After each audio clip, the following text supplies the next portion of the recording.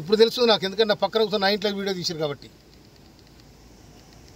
అయితే నేను వాళ్ళతో మాట్లాడే సందర్భంలో మరి ఎవరు తీసుండో నాకు తెలియదు. నేను వాళ్ళు వస్తే నా ఇంట్లో వాళ్ళకు ఛాయ్ ఇచ్చి మంచినీళ్ళు ఇచ్చి మర్యాద చేసి నా దగ్గర కూర్చొని పెట్టుకున్నా. ఏ ఎమ్మెల్యే కూడా కూర్చొని పెట్టుకోడు. నా దగ్గర కూర్చొని పెట్టుకుంటే నేను ఛాయ్ ఇస్తే నా ఛాయల్ని ఇసం పోసిరు, వాళ్ళని ఛాయ్ తాగిపోయారు. ఇది తీన్మార్ మాలిగాడు చేసిన లెక్క. ఇది వాని మనసులు ఇవాళ ఒక మందుల సామెలంటోడు నికారసన ఉద్యమకారుణ్ణి ఇవాళ తుంగతుర్తి ప్రజలు నన్ను దీవించి ఈ విధంగా గెలిపించారు. నన్ను డ్యామేజ్ చేయడానికి, నా మీద బ్లాక్మెయిల్ చేసి నాతో డబ్బులు తీసుకోవడానికి టీఆర్ఎస్తో కుమ్మక్కై నేను లిక్కర్ దందా చేసినా, లేక భూముల దందా చేసినా, ఏం దందా చేస్తా నేను? నా దందంతా ప్రజలతోనే, నా జీవితం ప్రజలతోనే బతికినాను నేను. అందుకోసమని నాతో డబ్బులు లేని నాడు జనము మొన్న ఎన్నికలలో నాకు సందాలు ఇచ్చి గెలిపించుకుని ప్రజలు. అటువంటి చిల్లర దందాలు నేను చేయను. కానీ చిల్లరేషాలు వేసి ఇవాళ ఎవడైతే నా మీద వీడియో తీసుండో వాడు పోయి ఇవాళ ఆ తీర్మానం మలయ స్టూడియోలో కూర్చున్నాడు. మరి అతను చేయించినాడు అనుకోవాలా, ఎవరు చేయించిన అనుకోవాలా నేను? అందుకోసం దీన్ని చట్టపరంగా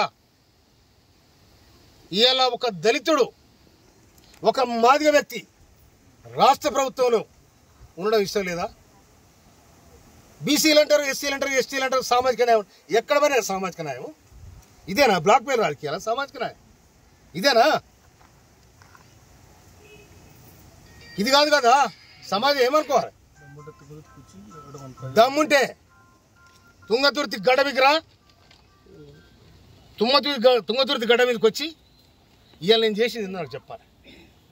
లేకపోతే దీని చట్టపరంగా నేను తప్పకుండా నేను చర్య తీసుకోవడానికి ప్రభుత్వాన్ని విజ్ఞప్తి చేస్తాను. నా ఇంట్లో తిని నా ఇంట్లో ఇష్టం కలిగిపోతే ఇంతకంటే ద్రోహం ఏముంటుంది?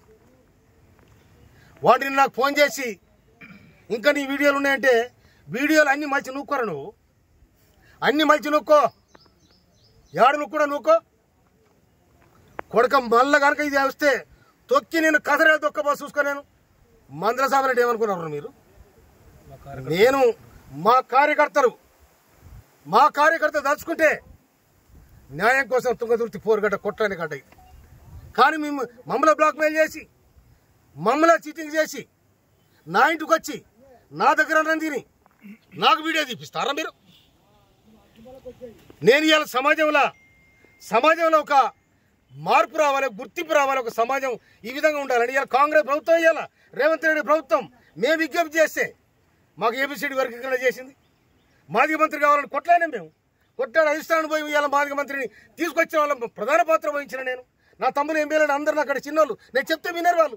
అరే తమ్ముడు, మనము చెదిరిపోతే ఆగమైతే వద్దురా, రాష్ట్ర ప్రభుత్వానికి మనం విజ్ఞప్తి చేస్తే మనకు మంత్రి పదవి వస్తుంది, సామాజికంగా మాదిగలకు కూడా అవకాశం ఉంటుందని చెప్పి నా ప్రయత్నం చేసిన. ఈ ప్రయత్నం కూడా మీరు ఓర్వలేకపోతున్నారు. మీరు ఓర్వలేకపోయినా ఓరుతున్నారు, అది నీ కర్మ. కానీ ఇవాళ సమాజంలో చెప్పే మాటలు ఒకటి, చేసేది ఒకటి, చీటింగ్ దందాలు, మాఫియా గ్యాంగులు ఏమంటారంటారు, నా దగ్గర చూపెడతారా? అందుకోసమనే ఇవాళ నేను నా మీదనైతే ఎవరైతే అకారణంగా నా ఇంటికి వచ్చి నా ఇంట్లో అన్నం తిని నా అన్నంలో ఇష్టం కలిపోయిన ఎవడైతుండో మన మీద తప్పకుండా చర్య తీసుకోమని రాష్ట్ర ప్రభుత్వానికి, పోలీసు యంత్రాంగాన్ని కూడా చెప్తున్నా నేను. నిజంగానే నాకు ఎవరు డబ్బులు ఇచ్చే చెప్పాను, చెప్పాను. వాళ్ళు వస్తే తప్పకుండా అన్ని వ్యవహారాలు మాట్లాడతాం. ఒక మనిషి ఇంటికి వచ్చినప్పుడు ఉత్తు వచ్చి కూర్చున్నా కూడా ఏం జరుగుతుంది, తుంగతుర్తి ఏం జరుగుతుంది, రాష్ట్రం ఏం జరుగుతుందని మాట్లాడతాం. అంటే ఆ వీడియో వ్యవహారం అంటే ఉద్దేశపూర్వకంగానే జరిగిందంటారా లేదంటే